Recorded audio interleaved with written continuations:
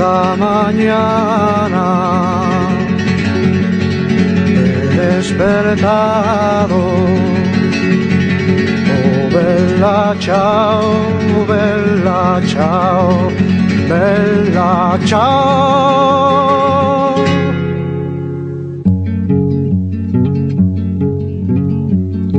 Esta mañana he despertado. Oh, bella ciao, bella ciao, bella ciao, ciao, ciao. Esta mañana he despertado y he encontrado al opresor. Oh, guerrillero, quiero ir contigo. Oh, bella ciao, bella ciao, bella ciao, ciao, ciao. Guerrillero, quiero ir contigo porque me siento morir. Y si yo caigo en la guerrilla, oh, bella ciao, bella ciao, bella ciao, ciao, ciao. Y si yo caigo en la guerrilla, toma en tus manos mi fusil. Cava una fosa en la montaña, oh, bella ciao, bella ciao, bella ciao, ciao, ciao. Cava una fosa en la montaña, bajo la sombra de una flor. Y la gente que la vea, oh, bella ciao, bella ciao, bella ciao, ciao, ciao. Y la gente que la vea se dirá que bella flor. Esa es la flor del guerrillero, oh, bella ciao, bella ciao, bella ciao, ciao, ciao. Es la flor del guerrillero muerto por la libertad. Esa es la flor del guerrillero muerto por la libertad. Esta mañana he despertado. Oh, bella ciao, bella ciao, bella ciao. Esta semana de ponerse de acuerdo para afrontar la dramática alerta contra el hambre lanzada por Naciones Unidas. La cumbre convocada en Roma para buscar soluciones urgentes a la crisis alimentaria que estamos viviendo ha fracasado.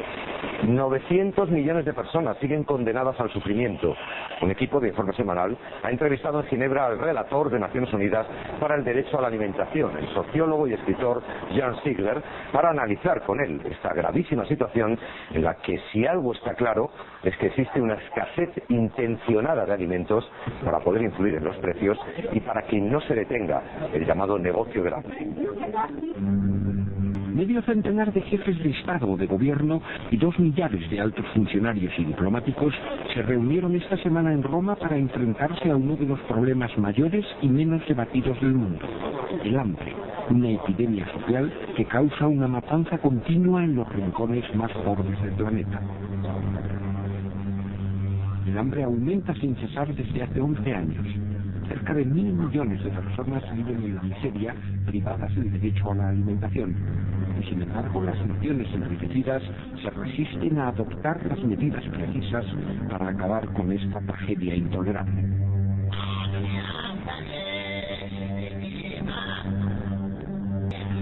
El relator especial de Naciones Unidas advirtió hace ya 7 meses de la gravedad de la situación, con palabras duras y datos sobrecogedores, ante los que la comunidad internacional se mantuvo impasible. Tous les jours, 24.000 personas. Cada día, 24.000 personas mueren de hambre. Y si ustedes calculan los que mueren por las consecuencias inmediatas del hambre, llegarán a la cifra de 100.000 personas muertas, masacradas por el hambre todos los días. Cada 5 segundos, un niño menor de 10 años murió de hambre el año pasado. Cada 4 minutos alguien muere por falta de vitamina A. Y el año pasado, las cifras que tenemos son del año pasado, 854 millones de personas han subsistido en el planeta grave y permanentemente subalimentadas. Pocos minutos después de dirigirse a la Asamblea de la ONU, Jan Sigler nos confesaba su amargo escepticismo sobre los efectos del dramático informe. J'étais Yo he estado hablando durante hora y media ante el Consejo, debatiendo con los embajadores y embajadoras. Y durante ese tiempo, 564 niños menores de 10 años han muerto de hambre, matemáticamente, según las estadísticas del desarrollo. Hay algo mal y espantoso en estas gentes que discuten las medidas a tomar contra el hambre en el mundo, mientras que esas medidas son tan evidentes. Las medidas son tan evidentes que no hay necesidad alguna de debate, pero se trata de los estados, y detrás de esos estados hay inmensos intereses monetarios. Agravada la situación por el constante aumento de precios de los alimentos básicos, la cumbre de Roma representaba una ocasión para delimitar las responsabilidades de quienes se enriquecen con la miseria de millones de desheredados. La cumbre de Roma ha sido uno de los fracasos más dramáticos de las Naciones Unidas durante los últimos años, porque se ha cerrado con buenas palabras, vagas declaraciones de intenciones y una insuficiente recogida de fondos, pero sin que siquiera llegaran a debatirse las causas más evidentes del alza internacional de precios de los alimentos que amenaza con extender la tortura del hambre sobre otros 100 millones de personas. La primera decepción fue la tibieza de Ban Ki-moon, dócil frente a la presión de las corporaciones financieras. Porque tras el fracaso de la ONU se oculta la victoria de quienes controlan el mercado mundial de alimentos, algo que ha causado un profundo malestar en el seno de Naciones Unidas y que el propio Ziegler reconoce hablando a título personal. En la lucha contra las masacres del hambre, el resultado de la conferencia, la resolución final, el plan de acción es extremadamente decepcionante. Así, el plan de acción no dice nada sobre los biocarburantes. Y sin embargo, se queman millones de toneladas de trigo, de maíz, para hacer biocarburantes, primero en Estados Unidos y muy pronto en Europa. No dice nada sobre la especulación bursátil, que hace explotar los precios de las materias primas agrícolas. No dice nada sobre la política absurda del Fondo Monetario Internacional y de la banca. ¿Por qué este fracaso? Está claro, a causa del sabotaje norteamericano. Los Estados Unidos y sus aliados, como Canadá, Australia, etc., consideran que solo la mano invisible del mercado va a resolver los problemas espantosos del hambre, que hay que liberalizar mucho más el mercado mundial, que hay que privatizar todo el sector público. Evidentemente, esa es también la teoría de las grandes sociedades multinacionales, que controlan el comercio alimentario mundial.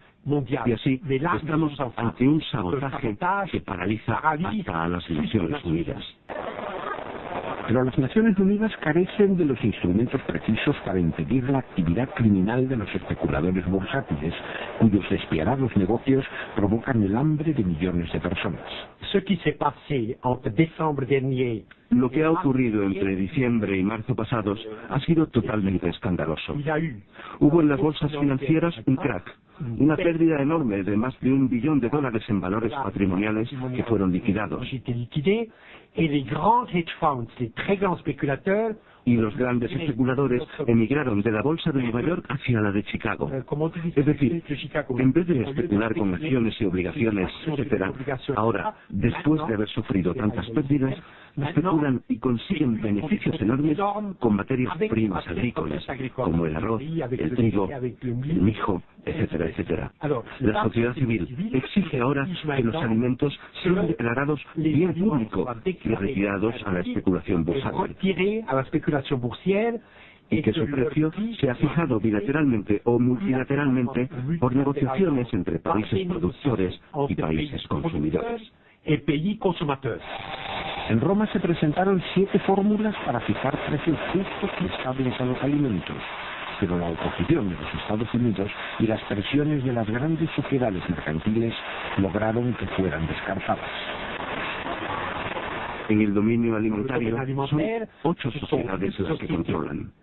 8 sociedades multinacionales que controlan más del 80% de todo el comercio alimentario mundial. ¿Qué es lo que pueden hacer los estados frente a un poder tan considerable?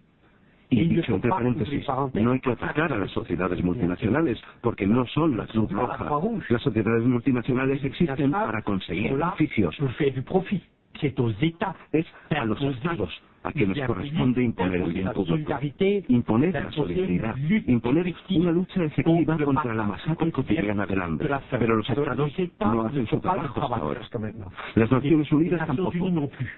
Si hay una insurrección de conciencias, si los pueblos se levantan de estas regiones europeas y dicen no queremos tolerar que cada 5 segundos muera un niño de hambre, no queremos tolerar que los especuladores decidan los precios astronómicos de las materias primas que los pobres no pueden adquirir, nuestros gobiernos están forzados a reaccionar.